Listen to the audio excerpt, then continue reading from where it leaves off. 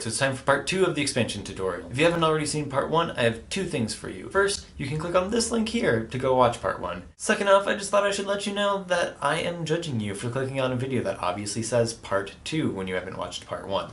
Okay, so let's open up some photos in Photoshop and get this show on the road. So of course, our first order of business is to open up our photos. So I got them all right here. We're going to start with opening 5 at a time just because on my old computer it'd overload the thing if I opened up more, and so it's just a habit really. In this I have my base photo, that's the one right here, which I'll be starting with and using as the main photo and expanding around, and we'll get into that. So we're gonna open up 5 of them, drag them into Photoshop. As you can see, I'm using a Mac, so when I say things like Command T, if you're on a PC, just know to use Control and figure things out. Okay, so we got this image. Now, what we need to do is we need a bigger canvas with blank space that we can drag stuff onto and add it all around this photo. So there's basically 2 ways to go about doing this. First off is you could do File and New and just create a new document and open that up and drag everything onto that.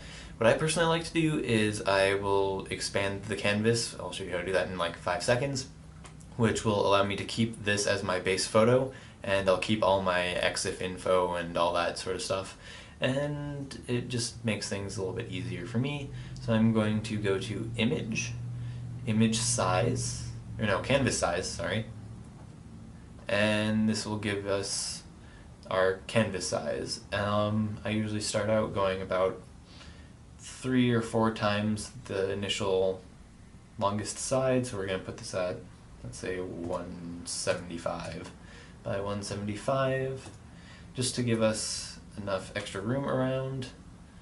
And as you'll see now, we have all this white space around here where we can work and put photos. So we are going to, whoa, what's that?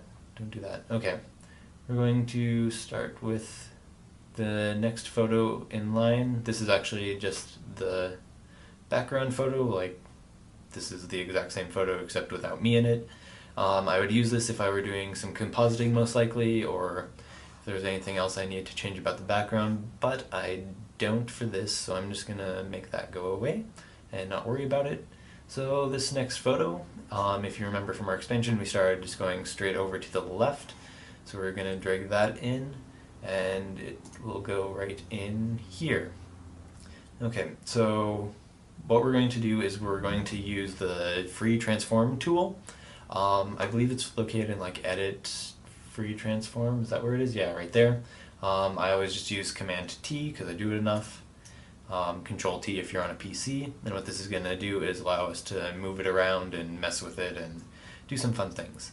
So we're going to start, we do Command T to put it in transform mode, and we're going to take the opacity over here on the layers palette, take that down to about 50, it doesn't have to be exact, just so you can see both images through each other, and line up something.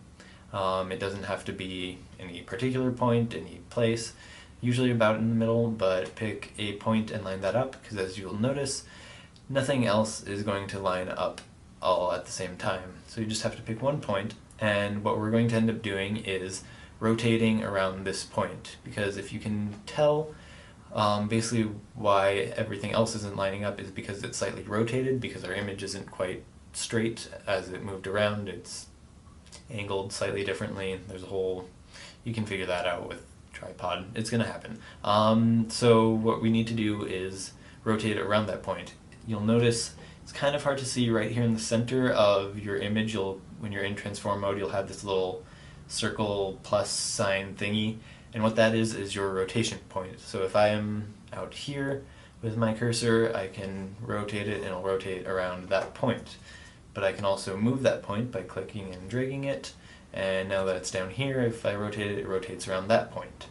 The easiest way to do this, because sometimes, like right now, I can't even tell where it is, it'll get lost.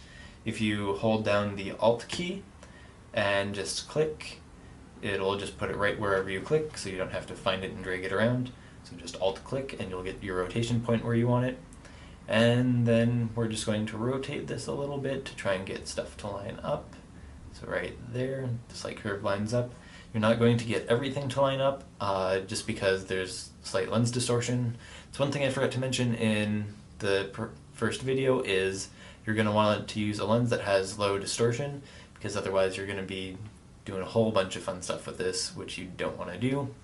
So I shot this with my 50mm on the cropped sensor, which has less distortion. I do it sometimes using my full frame sensor, which has more distortion, and that's just a little bit more work.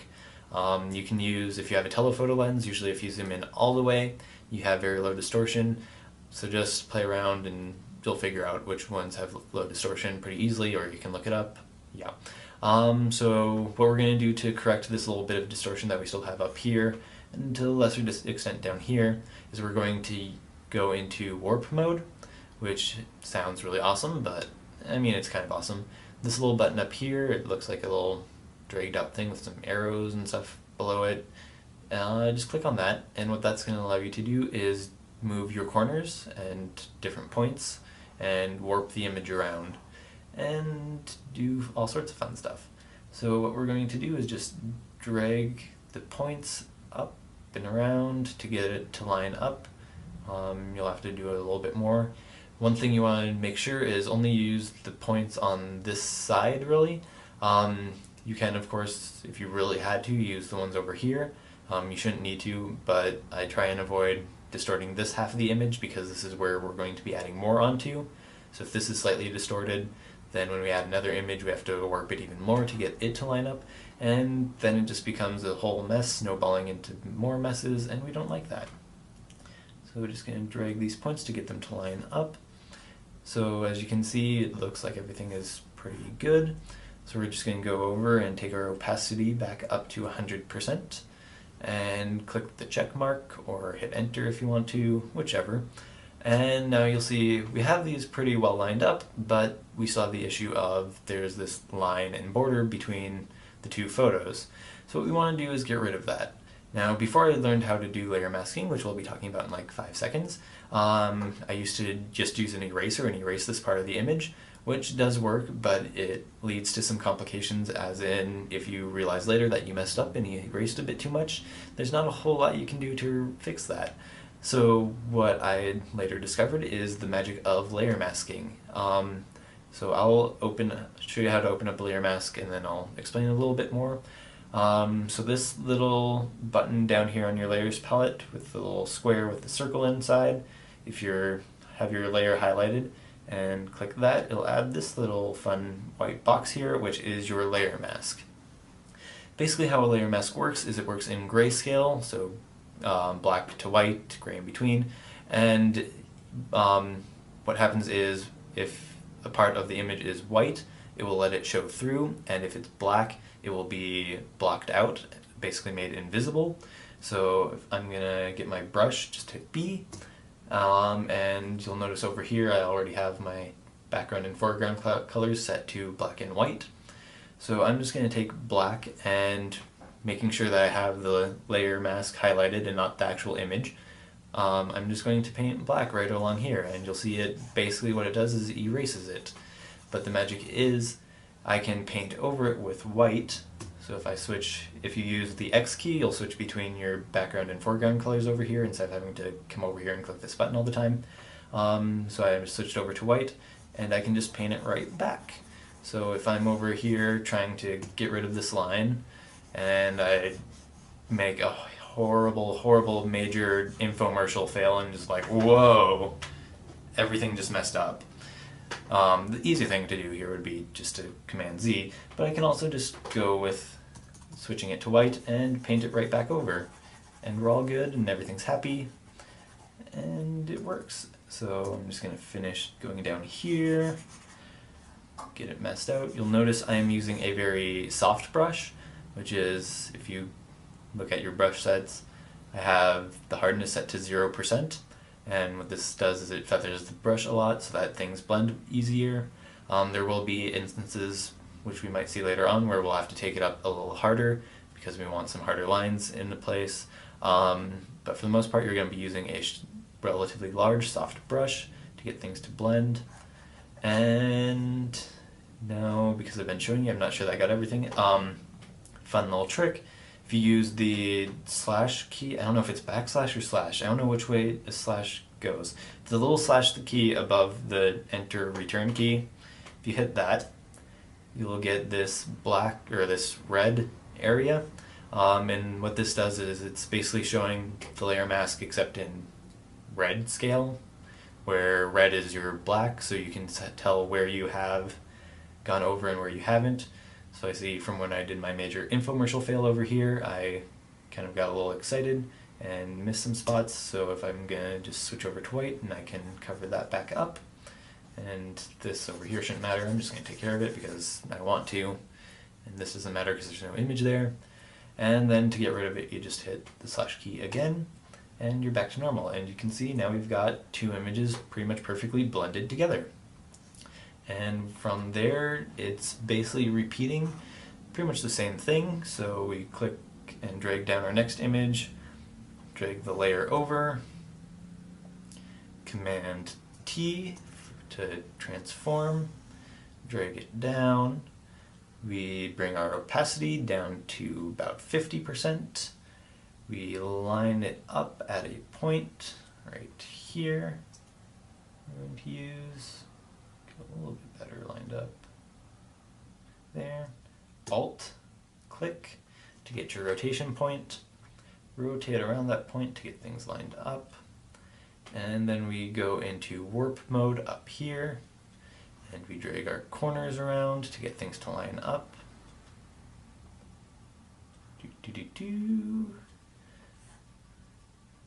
Drag, drag, drag. Do some fun things. Talk to yourself a little bit while you're doing it. That always makes it more fun.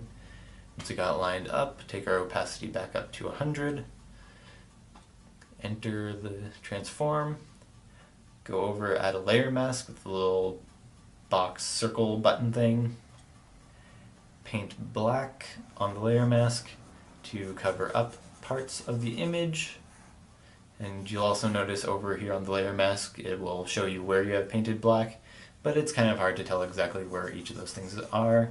That's why you use the little slash key to be able to see where you've gotten and everything. And maybe get a bit more up here. And then we basically just repeat the exact same thing on the other side here.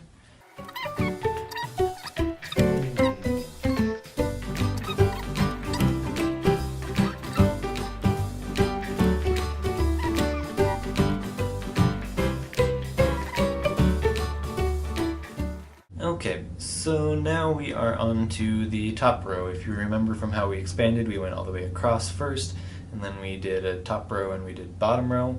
And basically this gets a little bit tricky because, well, a number of reasons. One, we have more visible distortion, and two, we have multiple places where we have to line up photos.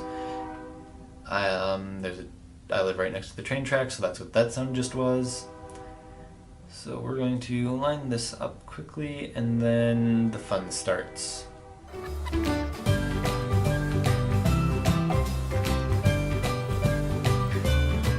Okay, so now with this image, basically what's going to be happening is we're going to have to be doing a lot more warping, and we're going to have multiple places where we can actually line this up. So we could either line it up on this image, the top image here, or we can line it up on here. And they're going to create very different results. So theoretically, if we were to line it up on here, we're going to end up having to drag this down a long ways and cause a lot of distortion over here, and it will all line up, but it's going to be a little bit of a mess later on. And you'll notice that we have a problem with trees are going to start basically curving in towards the middle because things are getting built on top of each other, and everything starts going in towards the middle here, and we get a rather circular effect. So instead of lining up to there, what we're actually going to be doing is lining up to the bottom, and this will cause more even, really, distortion where we're not all going in towards the middle. And also what it'll do is it'll allow us to keep this left edge of the image straight, and not have to distort it much, which will make it a lot easier for when we're adding on this next image over here. We'll be able to line it up to a flat edge and not something that's already been all warped around. So we're just going to do a little bit more extensive warping to get this side all lined up. So we gotta get lined up here and down here a little bit, drag things around, all that sort of fun stuff.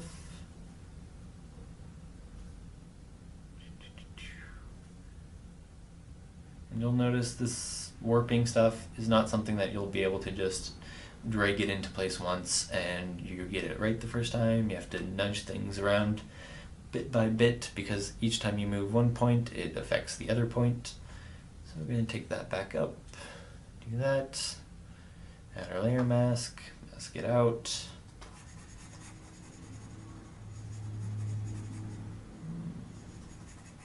And get up here.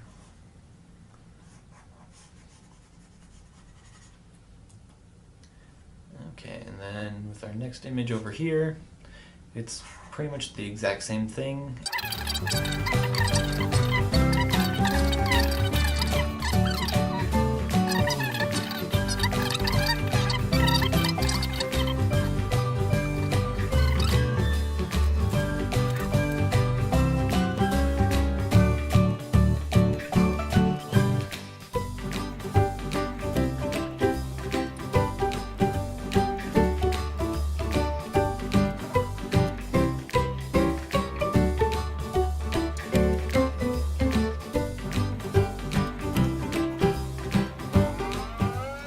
Okay, and now we are down into the bottom row. It goes pretty much the same as the top row. This is something I can more easily explain some of the distortion that happens with this.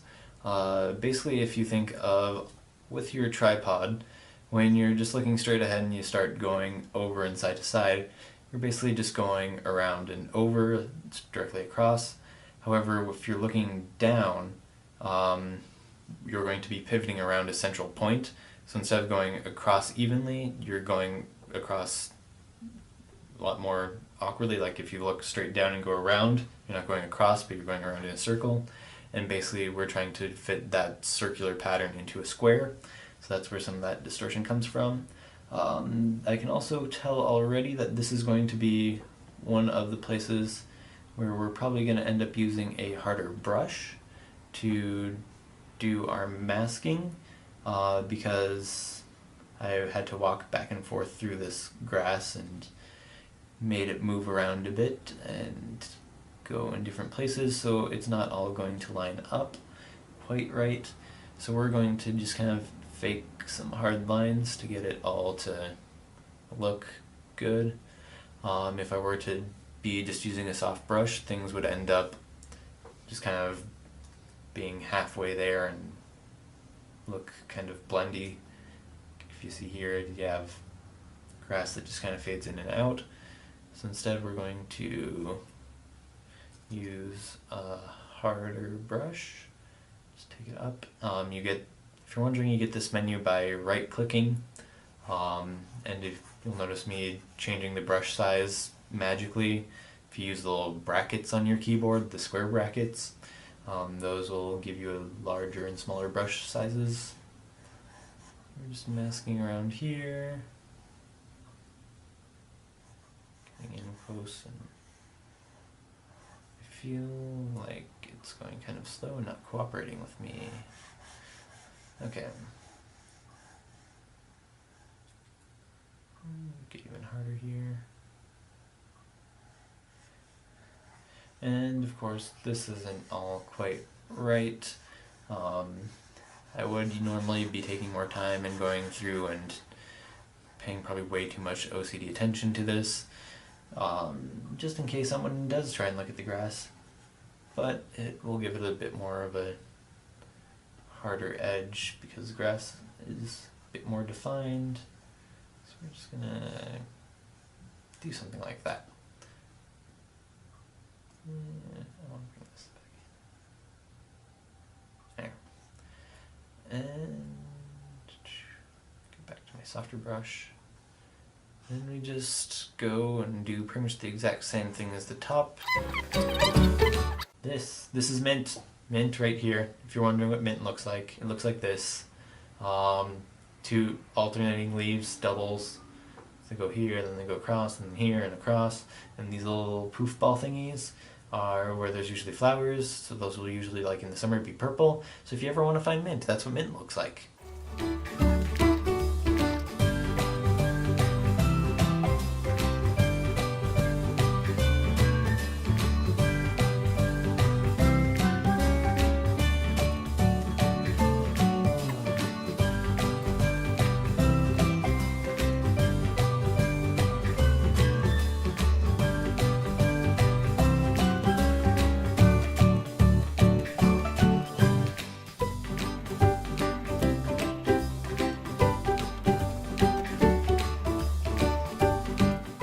Okay, let's do the last one together. Drag your image down, drag your layer over, Command T for your transform mode, bring it over, bring your opacity to 50, zoom in, line up a point, Alt-click to set your rotation point, rotate around that point to get things lined up a bit better, enter warp mode up here, drag your corners around and edges around to get things lined up more. There and there. Bring your opacity back up to 100, enter the transform, add a layer mask with a little button.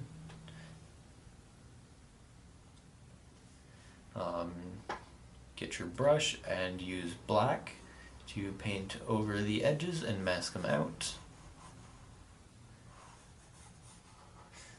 And you got your images blended together.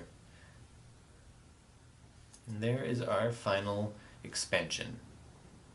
Alright, and that's how you put together the expansion.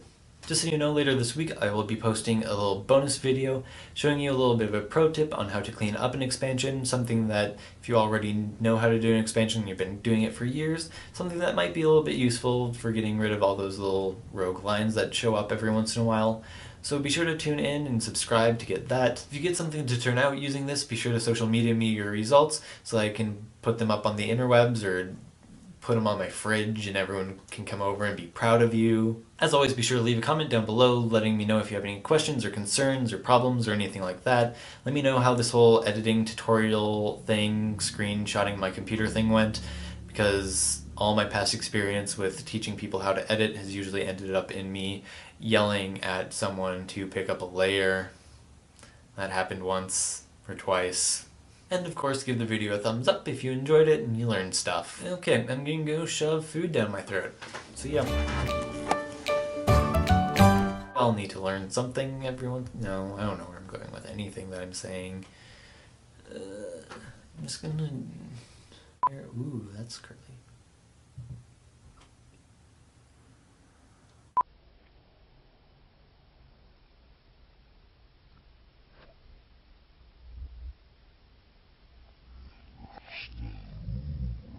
Just so you know, I'll be posting a